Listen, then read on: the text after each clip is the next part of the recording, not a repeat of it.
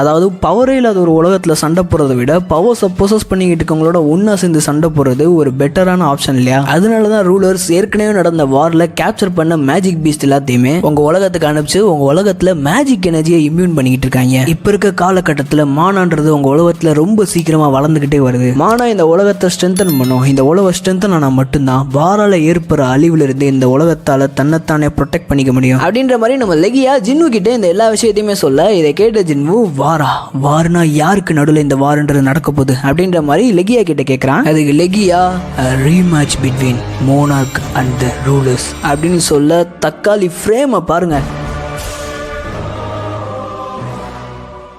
இந்த மோனார்ஸ் விசஸ் ரூலர்ஸ்ன்ற வார் நடக்கும்போது பீஸ்ஃபுல்லாக இருக்கவங்க உலகன்றது கூடிய சீக்கிரத்தில் நரகமாக மாறும். ஸோ நம்மளுக்கு நேரம் ரொம்ப கம்மியாக இருக்குது. அதே சமயத்தில் நம்ம மீட் பண்ண விஷயன்றது வெளியே இருக்க மோனார்க்ஸுக்கும் சரி ரூலர்ஸ்க்கும் சரி இன்னும் ஃபுல் வீடியோ லிங்க் டைட்டில் மேலே கொடுத்துருக்கேன், செக் பண்ணி பாருங்கள்.